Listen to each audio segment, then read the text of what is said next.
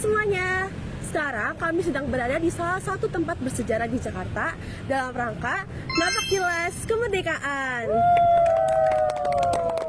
Dulunya tempat ini menjadi saksi bisu perjuangan para tokoh dalam merumuskan naskah proklamasi. Mau tahu gimana sejarahnya? Yuk cari tahu! Tempat ini adalah Museum Perumusan Naskah Proklamasi yang berlokasi di Jalan Meiji Dori. Namun, sekarang berubah menjadi Jalan Imam Bonjol 1, Jakarta Pusat. Dulunya, gedung ini merupakan rumah milik seorang perwira angkatan laut Kekaisaran Jepang. Tahu tidak sih, ternyata tempat para tokoh merumuskan teks naskah proklamasi itu berada di sini, yaitu tepatnya berada di meja makan milik perwira tinggi dari Angkatan Laut Jepang. Nah, kemudian gedung di belakang ini yang bergaya Art Deco ini sudah didirikan sejak tahun 1920. Pada masa kependudukan Jepang, kediaman ini dimiliki oleh Laksamana Muda Tadashi Maeda. Bagaimana bisa sih seorang perwira tinggi Angkatan Laut Jepang ini mengizinkan kediamannya untuk menjadi tempat dari titik awal perumusan teks naskah proklamasi kemerdekaan Indonesia? Yuk cari tahu. Nah, setelah peristiwa penculikan Karengas Dengklok, Ahmad Subarjo menjemput kembali Soekarno dan Hatta untuk kembali ke Jakarta setelah berhasil meyakinkan Soekarni. Nah, Ahmad Subarjo ini dengan Laksamana Maeda memiliki kedekatan. Kedekatan inilah yang membuat Laksamana Maeda lebih lunak terhadap keinginan Indonesia untuk merdeka. Nah, jadi makanya para pemimpin kita memilih tempat ini untuk merumuskan naskah proklamasi. Jatuhnya pilihan pemimpin kita ke tempat ini juga dikarenakan rumah ini memiliki hak imunitas terhadap Angkatan Darat Jepang, di mana rumah ini bisa membuat kedua pemimpin kita tetap aman selagi merumuskan naskah proklamasi. Tapi sebelum teks proklamasi ini dirumuskan, ada kejadian yang cukup dramatis nih. Soekarno dan Hatta itu sempat menemui Mayor Jenderal Otoshi Nishimura untuk meminta izin segera dilaksanakannya proklamasi. Tapi kalian tahu apa yang terjadi? Nishimura ini menolak mentah-mentah karena ada perjanjian dengan sekutu. Namun dari penolakan ini, Soekarno dan Hatta semakin yakin proklamasi akan segera cepat dilaksanakan. Nah, ruang ini merupakan ruang pertemuan.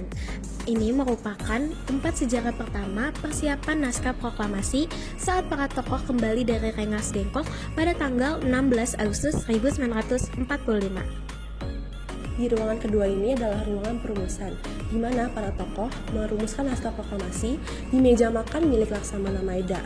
Di sini kita bisa melihat sendiri teman-teman, ada patung-patung yang menggambarkan tokoh dalam peristiwa tersebut. Ada Insinyur Soekarno, Muhammad Hatta, dan Ahmad Subarjo yang merumuskan naskah proklamasi menjelang pukul 03.00 pagi. Masing-masing dari para tokoh ini memiliki andil penting loh dalam perumusan naskah. Misalnya Ahmad Subarjo menyumbangkan kalimat pertama, lalu Muhammad Hatta menyumbangkan kalimat penutup, dan Insinyur Soekarno lah yang menuliskannya secara langsung di kertas.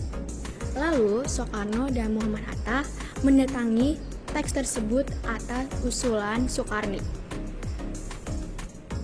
Kemudian, naskah yang ditulis oleh Soekarno diberikan ke Saiful Malik untuk diketik dengan beberapa perubahan yang sudah disepakati. Ada juga papan yang menampilkan teks proklamasi tulisan tangan oleh Insinyur Soekarno. Kemudian di sini ada tempat pengetikan yang merupakan ruangan ketiga. Di sini terdapat dua patung. Yang pertama itu ada Sayuti Melik yang sedang mengetik teks naskah proklamasi. Kemudian di sini ada B.M. Diah.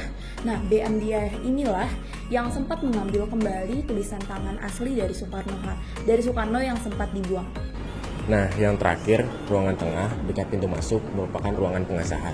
Nah, ruangan ini menjadi tempat disetujuinya konsep naskah proklamasi.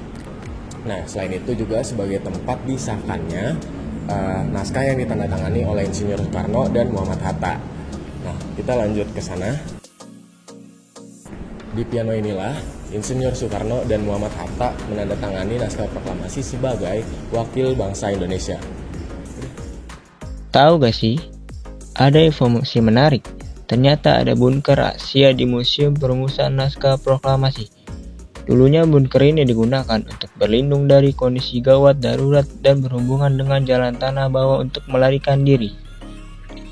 Namun, ketika Indonesia dijajah oleh Jepang, bunker ini digunakan oleh Laksamana Maeda untuk menyimpan barang-barang berharganya, seperti dokumen penting kenegaraan saat menjabat kepala penghubung Angkatan Laut dan Angkatan Darat Jepang. Wow, luar biasa banget ya perjalanan kemerdekaan kita.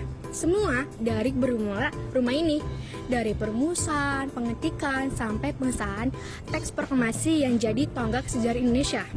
Perjalanan menuju kemerdekaan Indonesia nggak sangat mudah, tetapi semangat para pahlawan nggak pernah padam. Dari rumah ini lahirlah naskah yang mengubah sejarah bangsa kita. Sekian napak tilas kemerdekaan di Museum Naskah Proklamasi kita pada hari ini. Semoga peristiwa sejarah mengingatkan kita kembali bagaimana perjuangan dan semangat para tokoh dalam meraih kemerdekaan. Sampai jumpa, dadah!